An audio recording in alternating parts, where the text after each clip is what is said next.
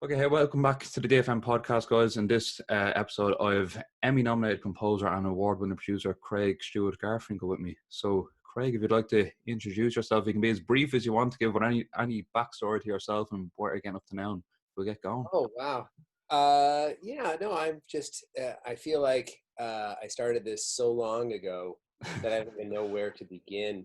Just I'm one of those guys who, like so many, I think we all collectively watched the first Star Wars movie when it came out when we were maybe 10 or 11 or 12 years old. I'd have to figure out exactly how old I was. And I went, oh, wow, that's the coolest thing in the world. I think I'm going to do that. Combination of that, and I wanted to play jazz guitar.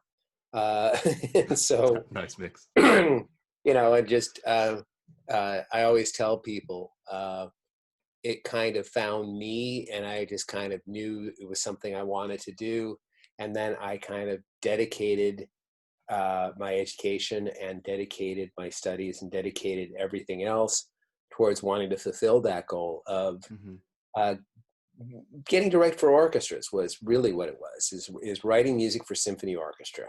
Yeah. That I just fell in love with that medium and that sound, and I fell in love with film scores and how music works, how music works up against picture, and that whole craft. It's more than just an art form, it's a craft, and that's one of the things that I'm always trying to impose or impart upon my students and so on and so forth. Is really, you can be a great composer, but you also have to learn the craft of being a media composer, and a composer for films and a composer for games. Would you say the main sort of craft you were talking about there, say we take sort of the aspect of maybe film composing, which I wouldn't be far from an expert on at this point, but I like to think I have a fair grasp of sort of composing to a scene at this point. Is that sort of craft you were talking about, like learning how to balance your music with the narrative of a scene, not think that's about you, how to sort of support the story, different things like that? Oh yeah, I've got not a podcast, but I've got my blog, and there's a post that I wrote ages ago based on one of the lectures I used to give called Beating the Capital C Out of Composer. And getting to understand that when you're writing as part of a collaborative effort on a film, you really have to make sure that you're serving the image, that you're serving the picture. And there's a big difference between, writing great music that stands on its own, and then writing great music that also is designed to interact with and enhance the film. Yeah, because I find nowadays, like, there's a lot of now in modern sort of film composing, a lot of music that's actually being written. It can be very sort of sound design heavy as well. And actually, as a piece of music by itself, it actually probably nearly wouldn't even function. But it's great for what this scene is actually being used for. But by it alone, it might not even function as music nearly sometimes. Well, I've seen that, and I've done that. And a lot of times that is, especially in certain contemporary medium, is what's called for. And, I'm guilty as everyone of using whooshes and bangs and so on and so forth. But I'm more, when I think of film scoring and the craft of film scoring, for lack of, or at the risk of sounding completely uncool, I learned from most of what I know about film scoring from two people, mostly David Raxon, the great David Raxon, who would have been the composer on Modern Times, the old Charlie Chaplin film. So he really started with the very, very beginning of sound. Literally, when he started, there was barely sound in movies. He would have been at barely 20, I think 22 years old, he started working. He was recommended to Charlie Chaplin because Charlie Chaplin would play piano, but he couldn't really write music. And so David was his composer and his scribe, where Charlie would say, would write out an idea or would play out an idea on the piano, and David would turn that into the score. And so when you hear Modern Times, which also has the great film Smile, Though Your Heart Is Weary, all of that in it, David would have been that one. And when I learned from David, he was already he was already older than the Hills. But I mean, I'm trying to think what that would have been. This would have been 1986, 1987. Was when I would have been studying with him. I studied with him for my entire college career, and he was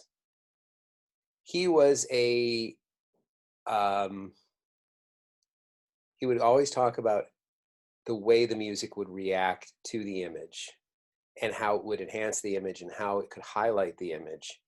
And it wasn't about what so many of these things are, what film scoring is today sometimes, which is setting up a cool vibe and just letting the scene play. Mm-hmm. That was not the style that David Raxon would do. It was a very interactive, some people would call it almost Mickey Mousey sometimes, although he did it in such a way that was so elegantly done, you would never see it that way. When I say Mickey Mousey, that's like when they start thinking of the old Tom and Jerry cartoon kind of scoring of like a Carl Stalling.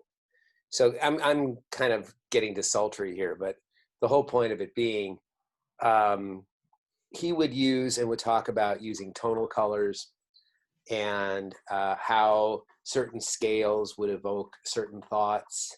The first time I saw I saw that great film with Gregory Peck, the name is escaping me, To Kill a Mockingbird. First time I saw that film with the score by, I want to say, Elmer Bernstein. How the Lydian scale, for example, interacts with the emotions to give you a childlike feeling. Mm-hmm. And one of the main characters, the African-American gentleman whose name is escaping me, was on trial, how he had a certain misunderstood childlike persona that was highlighted by that Lydian scale, and how those two things became part of the craft of the composer to use that kind of a tonality in that circumstance. Just those kinds of things. Anyway, I'll let you ask another question. No, you're fine. It's a good I'm trying to remember where this question started. It's a good thing about podcasts. If people you can find yourself going down many tangents, because one question can sort of lead to 3 different answers that leads to another 2 questions nearly. Yeah. One thing I was interested in asking you, because when I was checking on your IMDb, you have so many credits at this point, but you have a nice wide range of different styles of mediums that you actually worked in, and including from when you started to when you are now, lots of things would have changed as well. So before sort of getting into the different styles of media you would have actually written for, is like, how have you found the progression? Like when you were in college, when you were talking about your studies there, would you have been really pen and paper then moving into MIDI, or how have you sort of changed with the progression of technology now and sort of composing? Oh my gosh, yes. I used to joke that when I was at UCLA, my day would be, I'd start out with a pack of cigarettes and an empty ashtray and a blank sheet of a blank pad of score pad. And by the end of the day, everything would be reverse. Be an empty pack of cigarettes, a full score pad, and a full ashtray. I shortly thereafter quit smoking. And the hardest thing to do was trying to figure out how to write music without having a cigarette. But yeah, no, I was pencil and paper. As a matter of fact, recently when I moved, I found all my old score pads sitting in one of my storage closets, because I used to buy them at a place called Judy Green in Los Angeles. Judy Green Music, and a specific pad that had everything laid out on it the way that I liked, and so on. What I didn't know at the time, this is just, I'm going off on a tangent. No, you're fine. But when I picked up those old score pads just recently, this is when we were packing up to come on this latest trip, which has now been a vastly extended trip to Ireland. I looked at the bottom of those score pads, and it had the name Shirley Walker on the bottom of it, as basically designed by Shirley Walker. Now, what I didn't know when I was scoring those things back in the late 80s, when I was working on those pads, was that I'd eventually become friends with Shirley Walker. Oh, cool. And she she was a true, just wonderful composer. She was constantly winning Emmy Awards. She was led a team on, I want to say the Batman series, but the animated TV series, Mm-hmm. and never got the kind of recognition that I think she should have gotten. She could swear like a sailor in a recording session, and she was a brilliant, brilliant conductor. Died way too young. She did. My wife Emer, who's also a conductor, had an opportunity and did an interview with her. Like, getting back to that whole thing of the score pad. I started out with the score pad. I bought Finale version 1 when it came out. I basically maxed out my credit card to be able to try to use it on my Mac Plus with 56K of RAM. Oh God. Or 256K. I don't want to lie. I can't remember. It was either 56. It was like 256K. It was the trash can with the little screen. Mm-hmm. And I think that thing cost me $2,500, and I had to save up for ages to buy that. And then, I started using Performer, not even digital Performer, but Performer version 1. That's how far. Sound Tools before there was Pro Tools, and eventually became a Pro Tools guy, and actually beta tested for Pro Tools for a while. So I feel blessed in that I had enough of the pen and paper before the technology to really understand how to use the technology, like someone who actually understands the written page and the interaction between players and paper and all of that. Now I'm a Sibelius guy and a Logic Pro guy, and I can run basically any one of the sequencers. But that's where I'm most comfortable right now, is Logic Pro and Pro Tools and Sibelius. Yeah, I that's kind of still like me as well. cannot run Finale to save my life. Yeah, I'm Sibelius as well, and currently, because of where I'm living, I'm Logic, but at home, my normal setup, I'm actually on Cubase there, but I find the two of them pretty like similar enough to use. Yeah. But that's a good point you made there about coming from sort of pen and paper or pencil and paper, either way you want to call it. It can kind of, like, you could basically orchestrate, like, there's a lot of composers nowadays that won't have came from that, and they can't technically sort of orchestrate their own work if it comes to live recordings sometimes, because they just kind of don't understand the technical capabilities of the players, or preparing a score correctly, or does anything sort of like that. So I'm sure that have you found that being a massive plus as you move forward? Well, it's like this. I've had a few real eureka moments in the last few years. For one, nowadays I actually do. So I went from pen and paper to being the guy everybody would call to help set up their templates and do all that stuff in Digital Performer. And I was the king of the template guy with every sound online back when I had Proteus, and I had 16 channels on this one and 16 channels on that one, all routing into a 128 input mixing board. I mean, that was my life. And I had everything set so that it was MIDI, and it would send program changes, and it was all about playing it into the sequencer and then worrying about orchestration later.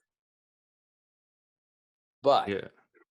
flash forward, I got to a certain point in my career, and when I started working with orchestra again, ironically, orchestra at the beginning of my career, and then for about 10 years in the middle of my career, the projects that I had, they didn't support the budgets.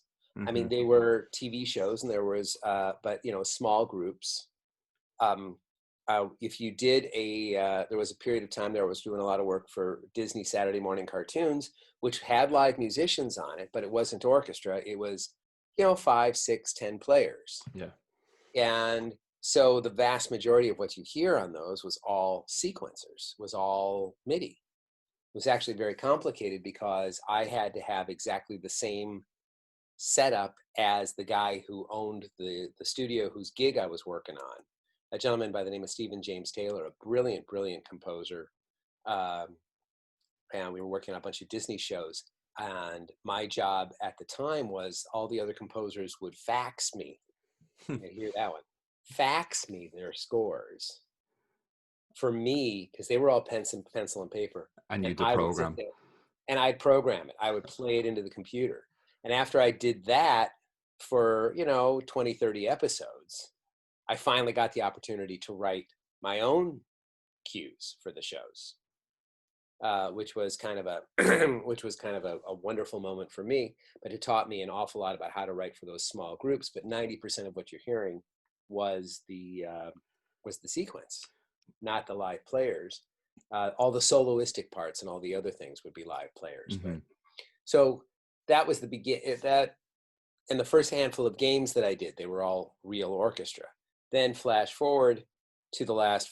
Trying to think. It's about when I started working again on World of Warcraft, when I went back to my roots completely, where I said, I'm going to stop writing music with my sequencer.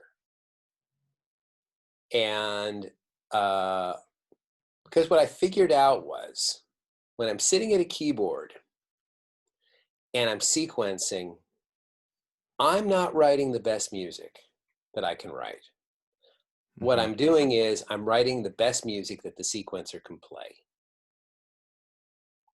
Gotcha. So the samples, you're sort of just playing to the sampled strength to an extent to where live players could do more.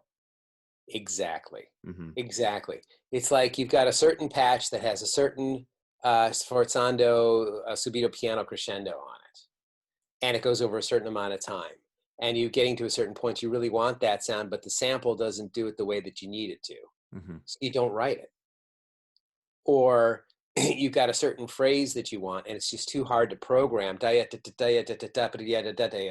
you get all the slurs and all the staccatos and the articulations exactly right. Well, programming that, takes you forever. Whereas with a handful of slurs and some accent marks and a couple of staccato markings, I can get exactly what I hear.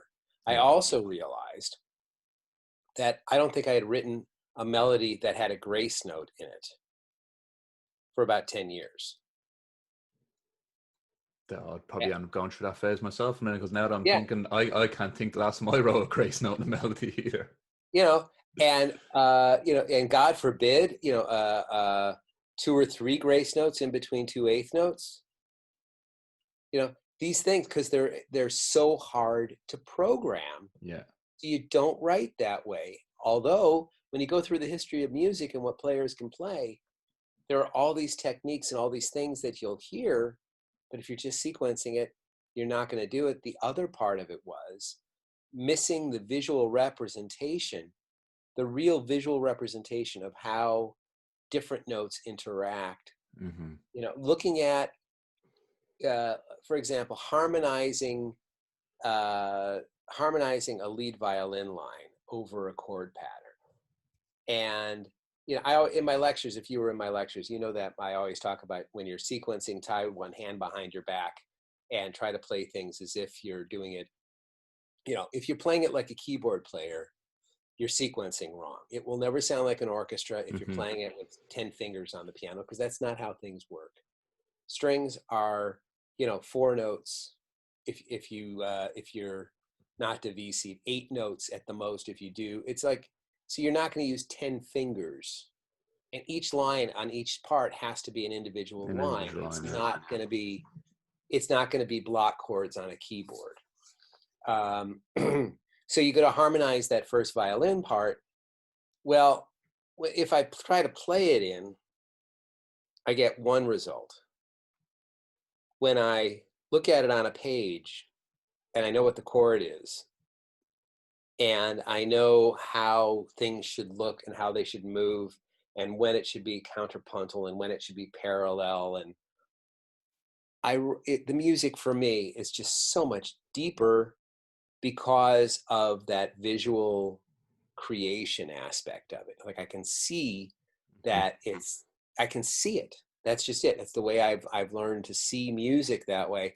And then oh, there's a little spot there. I can see the little spot where I can have a little chromatic note in the viola that goes from this chord to that chord, or I can see where I can put this in or that in, and also hearing it together. And then and of course, most importantly, and there should be a grace note here to give a little accent to this, and a grace note here to give a little accent to that. And so my wife and I don't know if you're aware, my wife's a composer as well. No, I'm well aware. Don't you worry. Okay. I'm well aware. Okay. But anyway, so we're working on a film right now, and a lovely animated feature for kids. Oh, I saw you posted at that actually, yeah, online. Yeah, we're just finishing it up. That's an entire story in and of itself, with the trials and tribulations of trying to get that film done when half the orchestra has been recorded already, and then we're supposed to have a second session, but you can't put 65 musicians in a room. Oh. Yeah, there won't be any choir on this one. But on this score, because we were going to have an orchestra from the get-go, we committed ourselves to just writing everything down. And then after we recorded the orchestra, I went back and sequenced some extra percussion, some bells and whistles and things that just to help enhance. Because in this day and age, if you just have an orchestra by itself, unless you have 200 players, it sounds small. Yeah. Because thank you, Hans Zimmer. I should be careful. Hans is aware. No. But thank you. That's the way people are doing things these days. You've got 200 layers of samples on top of a huge orchestra.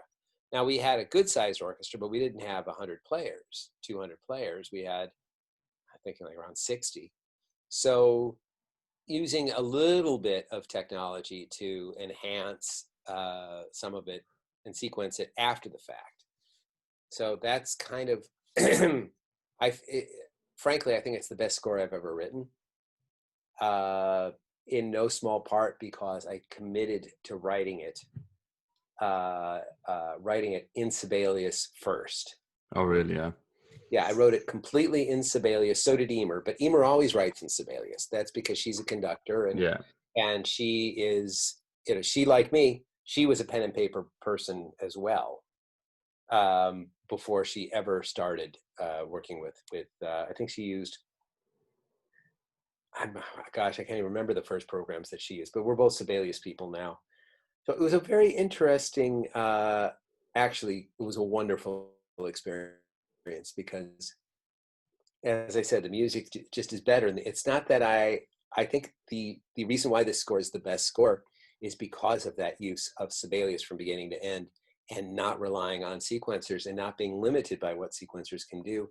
And when you're working for, in the animated field, it's just so much fun to get inside those action scenes. And, you can put little things on top of little actions and make fun of them. And nobody thinks you're uncool because, it just works. It's just a style that works. Yeah. It's a style where that works. Now, of course, next we'll be doing some family drama, and you'll accidentally put in a marking or put in a xylophone run on somebody skipping, and then they'll go, ah! But anyway, next question. just wind me up. I'll keep going. No, it's fine. Yeah. So what I was saying before that was how you have so much experience in different medias. And when I first went to your talk, I can't remember when it was a few years ago. I first saw you as a film composer, but then when I started looking into your IMDb, you have a serious amount of TV and even trailer credits as well. And I was just wondering, how do you enjoy balancing all the different sort of medias together? And is there one that you particularly enjoy writing for? I will get on to video game music because that's actually one thing I do want to kind of ask you, because you have a lot of experience in it. But between like sort of trailers, TV, and film, is there one that you sort of are drawn more towards, or is it kind of whatever project sort of you've kind of like you'll take? Yeah, it's. I wish it were that thought out. It isn't. It isn't. I started out doing cartoons and that kind of thing with my first gigs, And so for a while I did that. And then by happenstance, I went in to help out a guy on a TV show who was doing a sitcom, and ended up working on that sitcom for 2 years. So all of a sudden I'm writing for sitcoms, and then I got my own sitcom. And so for a while there, I was doing situation comedies. And then in the middle of that, one of my former students became the head of music at the busiest trailer house in Los Angeles. And when he had this one opportunity to come up to pitch something on a little film called Lord of the Rings: Return of the King. Oh yeah, it's a small film. He had an opportunity to do a pitch on it, and said, "Hey, will you co-write this pitch with me?" And I said, "Sure." We had done other little projects before, but this was a fairly big one, as you can imagine. Mm-hmm. And then so then for the next 7-8 years, while he was working there, I was just constantly doing trailer music, because I was co-writing with Simone. I did a bunch of trailers on my own as well, but it was mostly, things would come through the ant farm, and they needed a specialty piece here, a specialty piece there, Mm-hmm. something that needed to be couldn't be licensed and needed to be replaced.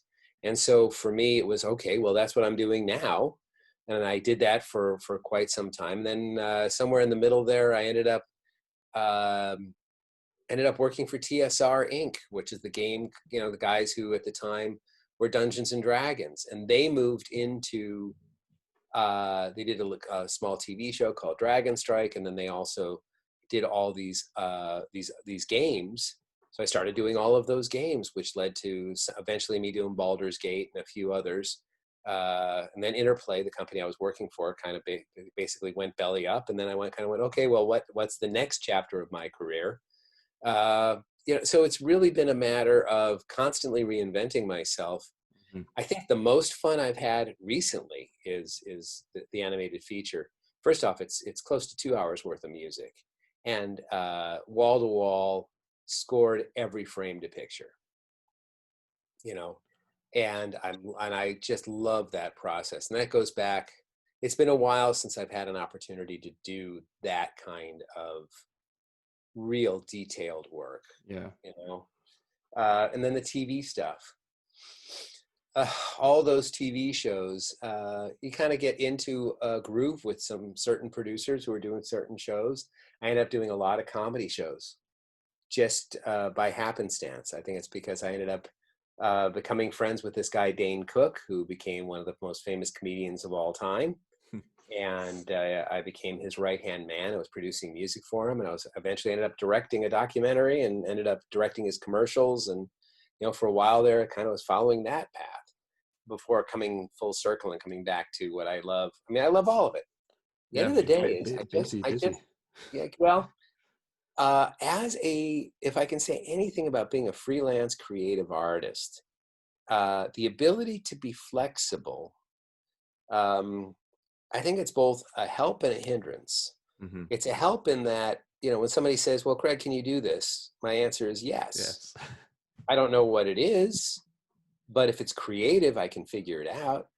Dane would say, hey, I need somebody who can direct and produce this 5-minute movie or 4-minute movie that leads out my Madison Square Garden show, so that we're going to play it for the audience before I come out. Will you do that for me? And I went, sure. And then I had to go and figure out how to do it. Now I'd had all that experience with trailers, and so I knew how to knew the complete structure of a trailer, and so I kind of did it in that vein. But that led to me doing lots and lots of similar kinds of work. I also ended up producing promos and directing radio spots and directing radio promos. And because one of the things about being a composer is innately you understand timing. Mm-hmm. Musicians understand timing. They understand the flow. They understand crescendos and climaxes. And if you've really studied the form of music, these other things seem to work and just make sense. I started out when I was producing this one video. I started out sitting behind the video editor, watching him run the Avid. But by the time the project finished, just by watching him run the Avid, I taught myself how to run an Avid, And because I kept saying, no, this needs to be later, this needs to be earlier, I said, I'll just do it. And so all of a sudden now I'm an Avid editor and Final Cut Pro, and I do all this video editing as well as part of this whole 360 of creativity, which all starts and is all from the get-go is all about the music. Mhm. So it's kind of interesting. It's been an interesting ride. I can definitely say that. And especially in this day and age, when you're a composer, when I started out in my career as a composer, you could really be just a composer, Yeah.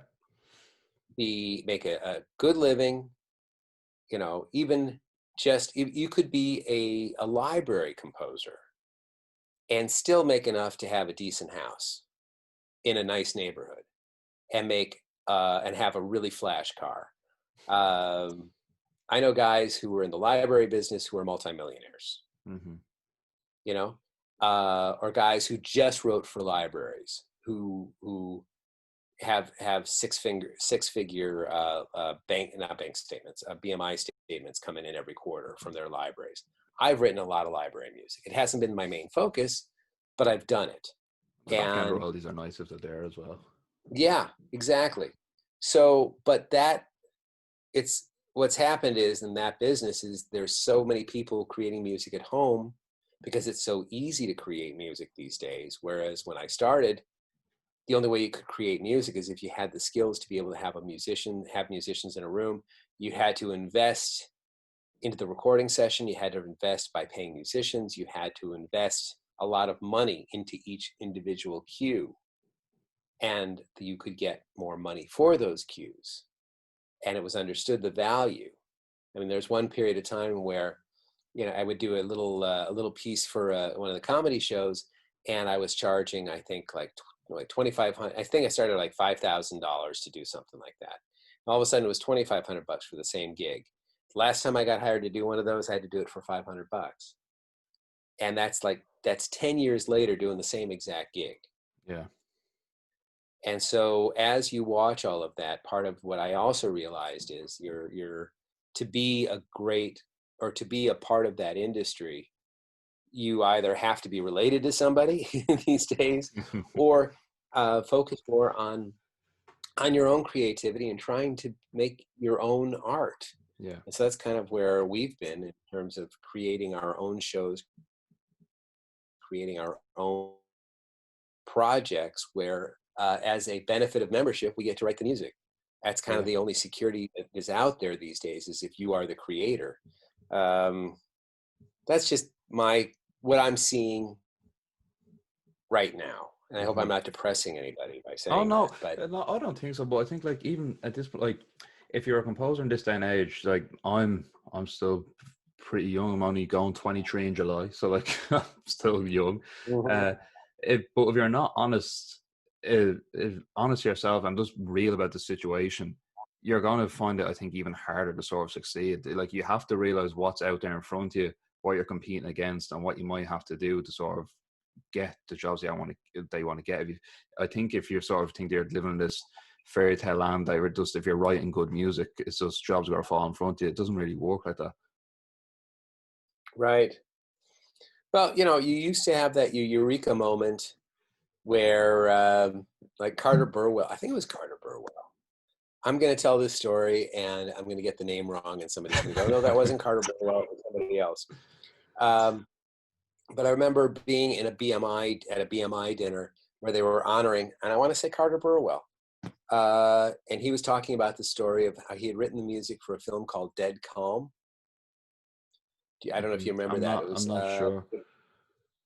Dead Calm. I watched that movie and thought to myself, this is an amazing score. And it was one of the first sound designy scores that really, truly worked. Okay. And it had a really cool vibe, and it made you very, very, very scared. It was a horror film set.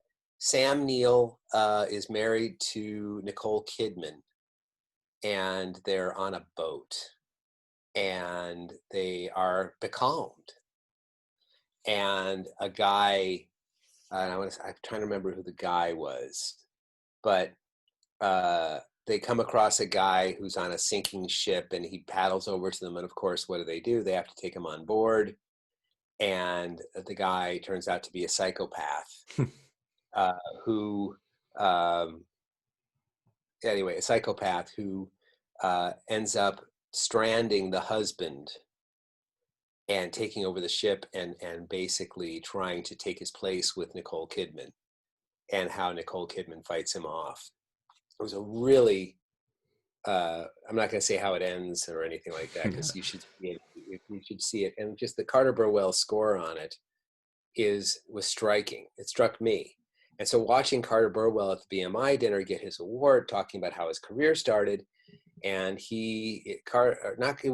want to say Carter Burwell. I'm hoping it's Carter Burwell, but I'm not sure. He was living, I think, in New Zealand at the time, or Australia at the time, and he gets a call from Richard Kraft, who was the kingmaker at the time. Danny Elfman's agent. Mm-hmm. He had seen the movie, and he had the same reaction. And he said to him, you called him up and told him that he was a Hollywood agent and he should come to LA, and that if he came to LA, he could make him a huge film composer. And I think if he told the story, or if he was being embellishing, he said he hung up on him because he thought he was full of shit. But then, Richard wasn't dissuaded and called back, and they had and eventually he did come to Hollywood, and I want to say it's Carter Burwell, because he went on to be the right-hand, the composer for all the Coen movies. Yeah. Coen Brothers movies, amongst other things. And was getting a Lifetime Achievement Award at BMI dinner, so I know he did something right. But in terms of careers, that kind of thing doesn't really happen anymore. Yeah. Where you've got, there isn't really an agent at the time. At the time, Richard Kraft could do that. He could actually pick somebody up and say, yes, you are the next anointed John Williams, or you're the next anointed. What happens now is a little different from that. But you know what? I don't know anything. What I always say is, you can't put your foot in the same river twice. In the career that I've had, and how it's moved, and how it just had moments of great highs and lows and awards, and then the phone doesn't ring, and then it's ringing off the hook, and none of it makes sense. The only thing I can say is you just take it as it comes. Love what you take it as it comes. And when you're finishing up a film, you might not sleep for 3 weeks, which is why I'm a little loopy. I did not sleep. As you know, you called me a few weeks ago, and I said, I can't even think about anything but finishing this film right now. Yeah, exactly. And that's the way it can be sometimes.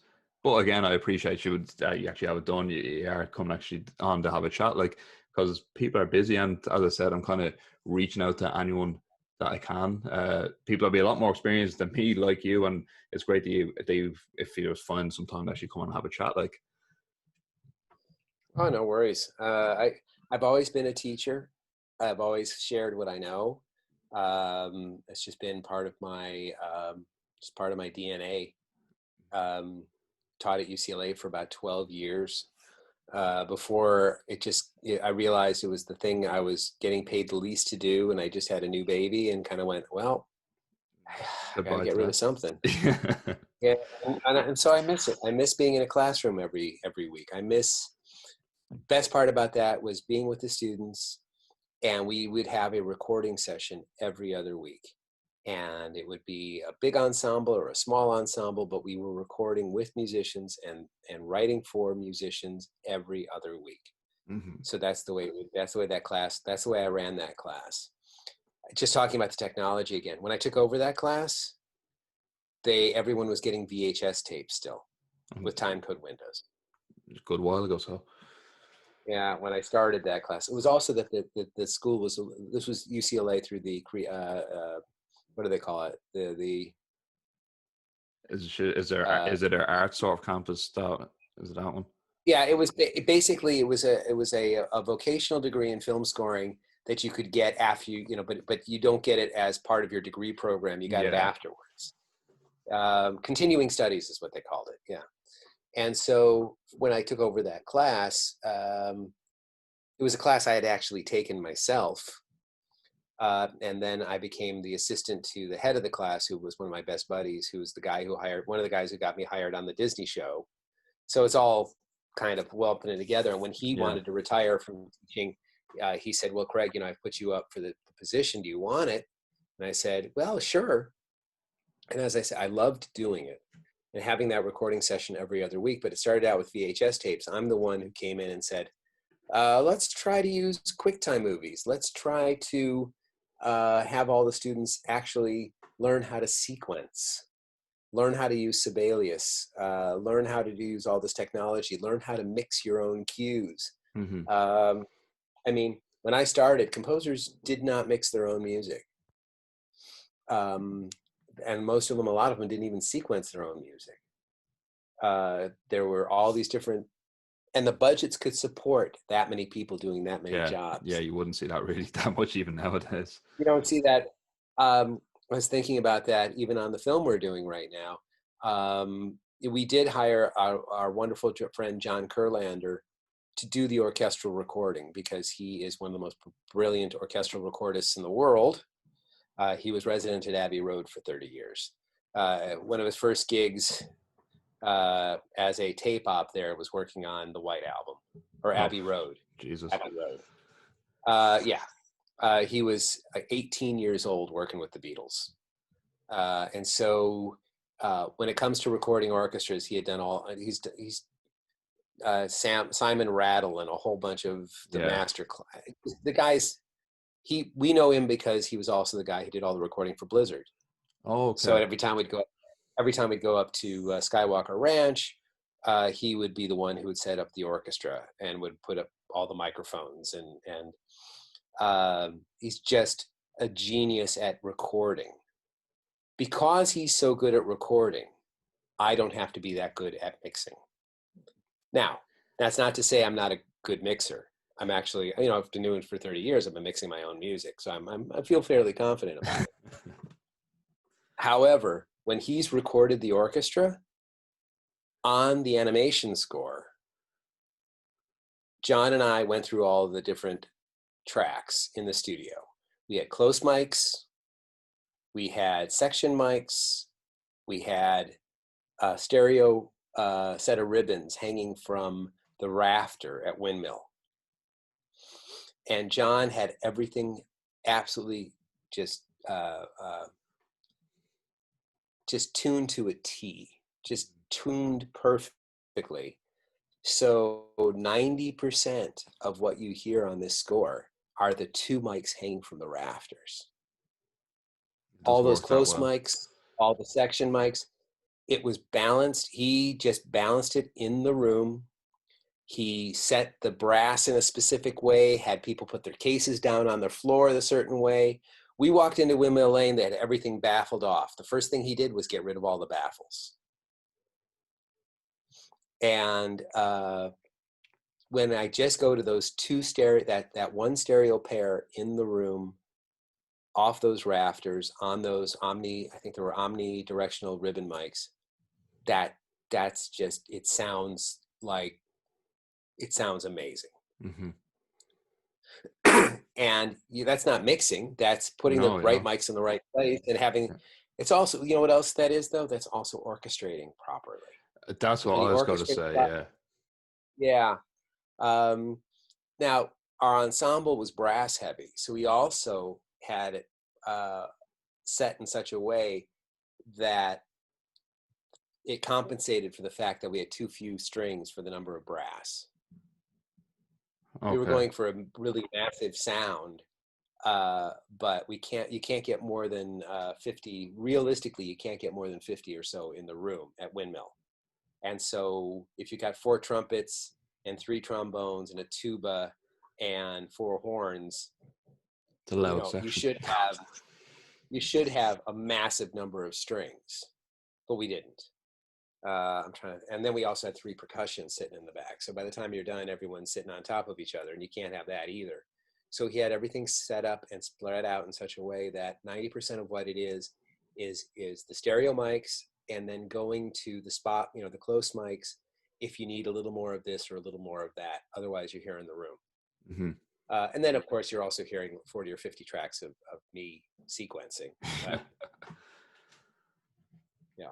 And where did this question even start? I'm not even sure. I'm not sure either, but here it's information that's being fed me. This like one of the great things that I find about podcasts. Like as I said, one question does lead to so many different answers, and you're just being fed information. Information is like I'll soak all this in like a sponge. That's why I love getting people on the talk, because there's so many different sort of experiences out there that different people can give.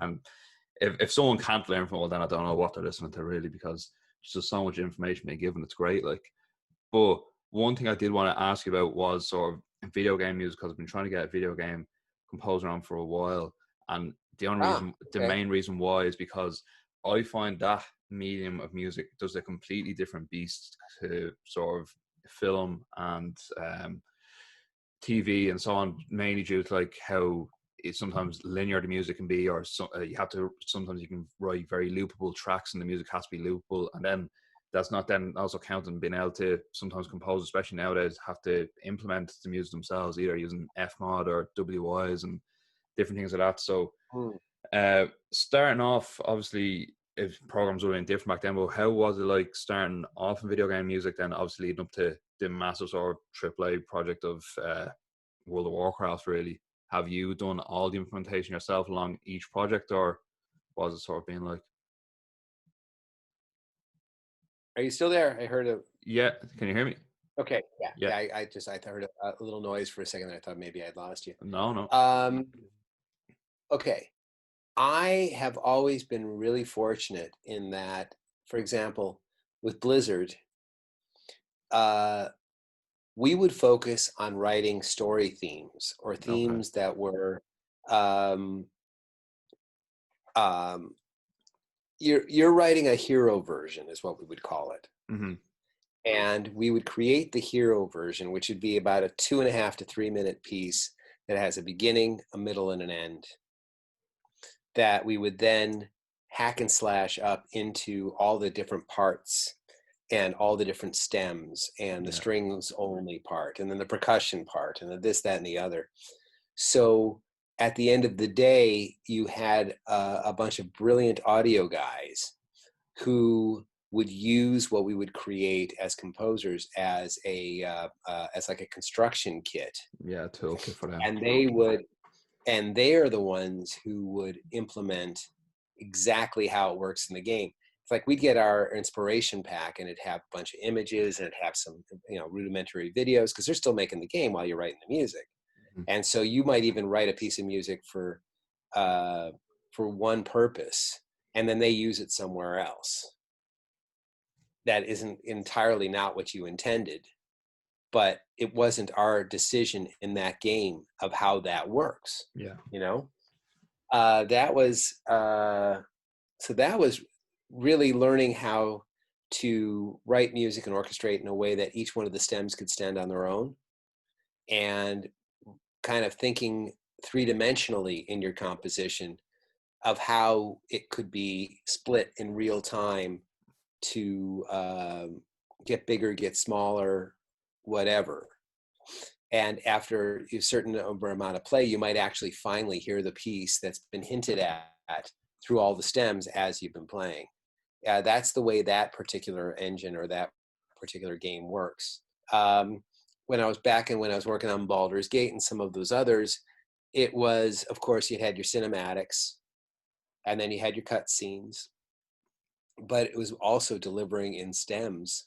Mm-hmm. Based on a spreadsheet, X number of different layers on different things. The whole Fmod and having to program the way it is implemented into the game, that's relatively new. I think what they figured out is a lot of the guys who do sound in general tend to be composers as well. Mm-hmm. As a matter of fact, the guy who was the head of music at Blizzard for the longest time, Russell Brower, he came in through the side door. He wasn't a composer. He was always a guy who knew music. He had studied music, but never considered himself really he didn't start out saying, I want to be a composer. He started out as a sound guy and started writing music. And he's, actually a very good composer. But, he ended up being the head of music because of his work as a sound designer. Yeah. And as a composer, there was a period of time there when I was just starting out and needed work. Well, I could run Pro Tools and I could run all these different things, and and so I ended up sound designing for a few TV shows, and I ended up actually being a dub mixer for some TV shows. And then I ended up producing radio spots. And of course, on all these things, what am I doing? I'm plugging my own music in wherever I can. It's like if there was a spot for a radio thing and they couldn't find, or they didn't have a piece of music, I would quickly put something together. And if it worked, then I got paid to do the music too. And this was for Disney and for Paramount. And, I'm looking back on it now, that was really cool. But my main gig was actually producing and directing like these promos. The best thing that ever happened to me was having to see the way music interacted with the promo and interacted with the video the way a producer does, and not the way a composer does. Because I had a producer who happened to also be my cousin. She is one of the most brilliant. Her name is Wendy Tigerman. She had a company called Tiger Radio. And so whenever I had time, I could call her up and she'd say, "Hey, Craig, you want to do some radio spots for me?" I said, "Sure." I would say, "No, you can't edit the music that way because this, you end up with a 3/4 bar here," or something stupid like that. And she said, "Craig, nobody cares.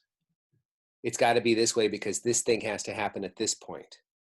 And then she used to also have me do this thing where she would have me play a piece of music up against the narration or up against the voiceover, and shift it by 100 milliseconds one way or another, because she knew it was the right piece of music, but she needed to figure out exactly how that music fit up against the dialogue. Yeah.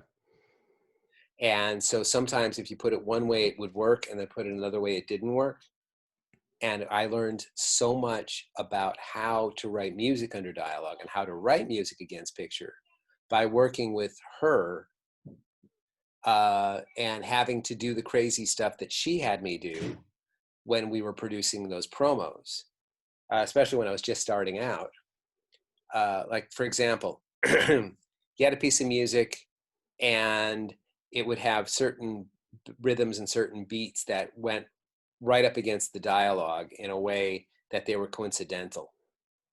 And she would scream and go, "No, that's wrong." I said, "What do you mean? It all kind of fits." And I said, "No, that's not the way it goes. It goes like this." And then she'd have me shift everything so that instead of the rhythm, and it's like the tempo was right and the rhythm was right, but the way all the climaxes or all the rhythmic stuff in the music was happening was coincidental with the dialogue. Instead, she would always have us put it so that it would stagger the dialogue. So you'd hear dialogue, music, dialogue, music, dialogue, music. There's a blog posting on my blog about this process, and it's the difference between I call it tiling the dialogue, because it looks like a tile floor or a brick wall where you look for how the grooves fit. Are staggered, things like that. So I hated having to do the job because I was a composer with a capital C, and I had already done, I'd already had a hit TV show, and so I shouldn't have to ever go back to doing anything other than, well, I got kind of pigeonholed for doing redneck comedy because I happened to get hired to do a redneck comedy show, and then nobody was doing redneck comedy for a while. But I'm really not. The first note of country music I ever wrote was the theme for that TV show. It's called The Jeff Foxworthy Show. I had never written a note of country music before that. And then all of a sudden, Gus and Jimmy's Bait Shop. All of a sudden, I'm the guy you call for redneck, It's like, don't you understand? I studied Stravinsky. That's just the way it goes sometimes, I suppose. Yeah, so one person likes one thing, they're like, I guess you can do more of this, and you're like, I don't know if I can. No, you will. Okay. Oh no, the big one is be smart enough to know what you don't know, and smart enough to figure out how to learn it quickly. Yeah. because a lot of what you have to do is learn on the job. Yeah. Especially when I started out, the technology was so new. The adage was never upgrade in the middle of a queue, never upgrade in the middle of a project, because invariably, if you upgraded to version 1.7 from version 1.6, it would break everything. Yeah. You know, things are a lot better now. In terms of just stability of the technology. But man, I'm just thinking about it. You're talking about.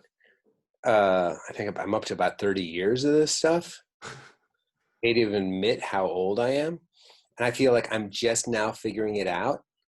Yeah, well, I suppose that's like sort of anything. It's a constant learning curve, and especially in music, yeah, and any sort of aspect you go down, you'll always find there's just something new to learn. Whether it's using anything small, it could be that reverb actually works this way to that one, or using a different compressor to actually change something you've never actually sort of done before. Or it can be as Oh small as yeah, the things like some small things that have massive impacts on how your sound is and all of that. mm-hmm. I remember I'm going to finish up with you with a couple of what I always tell people in terms of advice. There's a group called the Society of Composers and Lyricists in Los Angeles, the SCL.com. It's the premier organization for film, TV, and game composers and songwriters. I'm a little biased towards it because I was on the board of the organization for, I think, 23 years. David Raxon was one of the founders of the organization, which is how I ended up getting so active in it and eventually on the board. It was at his recommendation that I became an associate board member, and then somebody retired and I got a seat at the table, which was lovely. It is a great education in the business and in the art to just be a part of that organization. Be an associate member if you're over here, just so you can have access to the webinars and the website and all the great history there. And so I say, if you want to become a composer for media and film, number one, learn about the Society of Composers and Lyricists and study. And if you're in Los Angeles, contribute, volunteer, help out, make yourself indispensable. And a lot of, like, I was the head of the mentorship program there, and people would join the mentorship program and they would get introduced to people. And, you show up enough times, somebody actually might give you an opportunity on something. So number one would be study the SCL, join the SCL. And being on the board, my favorite part about being on the board is I'd be sitting in those board meetings, looking around the table at guys like Alf Clausen, who was the composer for The Simpsons, and gosh, I'm blanking on all these. Stu Phillips, who wrote the Knight Rider theme, and Bruce Broughton, who wrote Silverado, and Mark Waters, who was a guy from Tiny Toon Adventures, and all these magnificent composers. Charles Bernstein, who just has an illustrious career. And I would just sit around and listen to everybody talk, and I'd realize I'm the dumbest guy in the room. That is a great feeling, to know that, and because you just sit there like a sponge and soak it all up, especially when I was the youngest, and then I wasn't the youngest, and I'm far from the oldest, but I'd still be on the board, except that, we've been in Ireland so much, I couldn't, you had to actually show up for the meetings. And we're not, it's like, we're not going very far right now. So that was the SCL. And then the other part would be study. There's great programs all over the world. Then there's also UCLA and USC. USC, to anybody who's listening, I'm sorry if I say this, USC has some of the best internships in terms of getting you involved. Then the other one, the secret weapon, is Columbia College Chicago. I've taught it. I've actually done lectures at all of them. And I've been, both Emer and I have been visiting professors at Columbia College Chicago. And that's also a brilliant master's in film composition program. So get your education, join the SCL. I'm lukewarm on whether or not you need to be in Los Angeles. I think Yeah. you have to have a presence in Los Angeles. I mean, I lived in Los Angeles, still live in Los Angeles technically, but I'm really loving my Irish existence right now, especially. It has good weather at the minute, so Especially, it's probably making it easier. yeah, it's good weather. We got a park across the street. I'm in a town of 480. You know, we're definitely worried about the virus, but we feel like there's a certain amount of physical and mental isolation Mm-hmm. from everything. Although when I went into Tesco yesterday, I mean, I'm not going anywhere without a mask. You know, just we've been working so hard to keep everybody in the family healthy, Yeah, and happy, and we're just going to ride this out. It's really hard, as everyone is, especially musicians, because musicians, you know, if you know my wife, she's a conductor. yeah. We make a lot, Lives and off live players, literally. lives off of, we make a, you know, it's, our business is a combination of composing and then producing music and producing orchestral music and producing orchestral concerts. And Emer's in the middle of a Callas in concert tour, which is her conducting the orchestra with Maria Callas as a hologram, a show that we orchestrated and put together and built and so on. And that, you know, it's on hiatus. So we're kind of reinventing ourselves as well. And that's what musicians are going through all over the world. There should be a bailout program to keep musicians going, because when this is all over, we're all going to need a lot of practice time to get back in shape. But anyway, I digress. Well, you know what, Craig, I won't keep much longer. You've given so much information as it is. I'll just let you say anything, sort of, if you have any projects that you know of will come up at the end of COVID, or something that's coming about, or I'll link anything in this description of this video, and anyways, of your IMDb and everything, that for people to find your music. But if you have any sort of music you would like to share, or any sort of projects that you have upcoming that to people to keep their eyes out Sure. for, go ahead. Yeah. Well, you know, check out my educational blog, because a lot of the things that what I've done is I've taken all my lectures. I'm not sure what the link is, or the actual physical link is for my education blog, but you could easy. It's on Blogger. I'll find that. Yeah, I'll find it and put it in the video. Yeah, you find that for me. Yeah, Yeah, because I'm constantly, whenever I've got a free moment, I'll sit and I'll write down one of the lectures that I used to give at UCLA, because I did it for so long. And like I just posted this week my entire process of taking a Logic sequence and bringing it into Sibelius to have an orchestra play it. Step by step. It's like 27 pages. Really set out with images and so on. And the next one I'm going to do is how I've taken the Sibelius file from this film and how I've translated it into the Synchron library and a bunch of others, and the most efficient ways of doing that.